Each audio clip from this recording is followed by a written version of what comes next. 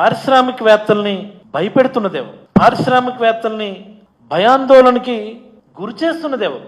ఒక్కసారి ఈ 1 yearలో మీరు చేసినటువంటి అకృత్య, పారిశ్రామికవేత్తల మీద మీరు చేస్తున్నటువంటి దాడులు, మీ మనుషులు చేస్తున్నటువంటి దాడులు ఒక్కసారి మనం రీక్యాప్ చేద్దాం. మనం ఒకసారి ఆ జమ్మలమడుగు ఏరియాలో దేశంలోనే పేరుగాంచినటువంటి పారిశ్రామికవేత్త అదానీ గ్రూప్ వాళ్ళది పంప్డ్ స్టోరేజ్కి సంబంధించినటువంటి ఆఫీస్ మీద ఎవరు దాడులు చేశారు? ఎంత దారుణమైనటువంటి విషయం అంటే, ఒక పారిశ్రామికవేత్త హైకోర్టుకు వెళ్ళి నాకు రక్షణ కల్పించండి అన్నటువంటి స్థితికి ఈ రాష్ట్రాన్ని తీసుకొచ్చారు అంటే చంద్రబాబు నాయుడు గారికి ఇది కనబడదు. చంద్రబాబు నాయుడు గారు దీని గురించి మాట్లాడరు. మళ్ళీ ఇదే చంద్రబాబు నాయుడు గారు పారిశ్రామికవేత్తల దగ్గరికి వెళ్ళి అరాచక పాలన మళ్ళీ నేను రానివ్వను అంటారు. ఇంతకంటే అరాచక పాలన ఇంకోటి ఉంటుందా? ఇంతకంటే దౌర్భాగ్యం ఇంకోటి ఉంటుందా?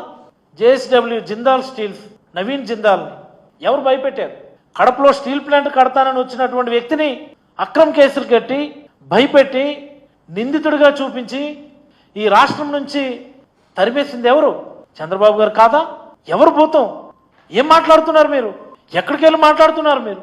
మరి అలాగే తాడిపత్రిలో అల్ట్రాటెక్ సిమెంట్ పరిశ్రమ మీద బీజేపీ ఎమ్మెల్యే ఆదినారాయణ రెడ్డి గారు ఏ రకంగా దాడులు చేస్తున్నారు, వాళ్ళ అనుచరులు ఏ రకంగా కంపెనీ యాజమాన్యాన్ని భయపెడుతున్నారు మన అందరం కూడా చూస్తూనే ఉన్నాం. పల్నాడు జిల్లాలో 2 సిమెంట్ ఫ్యాక్టరీలు, చెట్టినాడు సిమెంట్ ఫ్యాక్టరీ, భవ్య సిమెంట్, ఇద్దరు కూడా వాళ్ళ సిమెంట్ ఫ్యాక్టరీలకి తాళాలు వేస్తారు. మేం పడలేము వీళ్ళతో, మాకవదో వీళ్ళ ఈ దౌర్జన్యాలు. అక్కడ ఉన్నటువంటి ఎమ్మెల్యే ఎరపతినేని శ్రీనివాసరావు గారు వాళ్ళ అనుచరుల యొక్క దందాలు బెదిరింపులను పడలేక 2 సిమెంట్ ఫ్యాక్టరీలు కూడా తాళాలు వేస్తారు వాళ్ళు.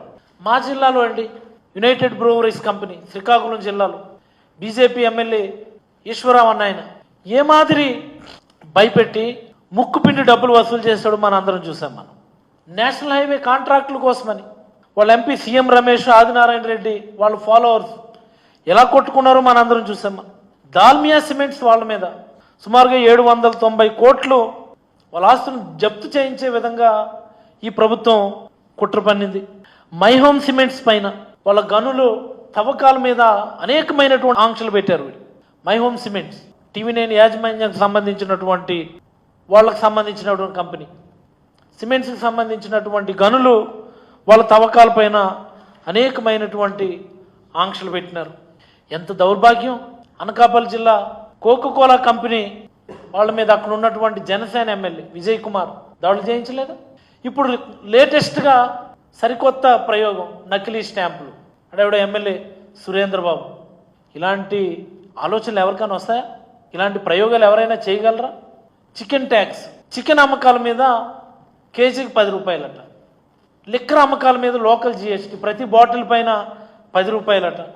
కృష్ణపట్నం పోర్టు యాజమాన్యం మీద ఏ రకంగా దాడులు చేశారో మనందరం చూసాం. మనం పారిశ్రామికవేత్తల మీద దాడులు చేస్తూ, పారిశ్రామికవేత్తల్ని భయపెడుతూ, పారిశ్రామికవేత్తల్ని ఈ రాష్ట్రం నుంచి తరిమేస్తూ, మళ్ళీ అదే పారిశ్రామికవేత్తల దగ్గరికి వెళ్ళి జగన్మోహన్ రెడ్డి గారి పరిపాలన భూతం లాంటిది, ఆ భూతాన్ని మళ్ళీ రానుందని చెప్పి మాట్లాడుతున్నటువంటి అతిపెద్ద భూతం నారా చంద్రబాబు నాయుడు గారిని ఈ సందర్భంగా నేనైతే అభిప్రాయపడతా ఉన్నాను.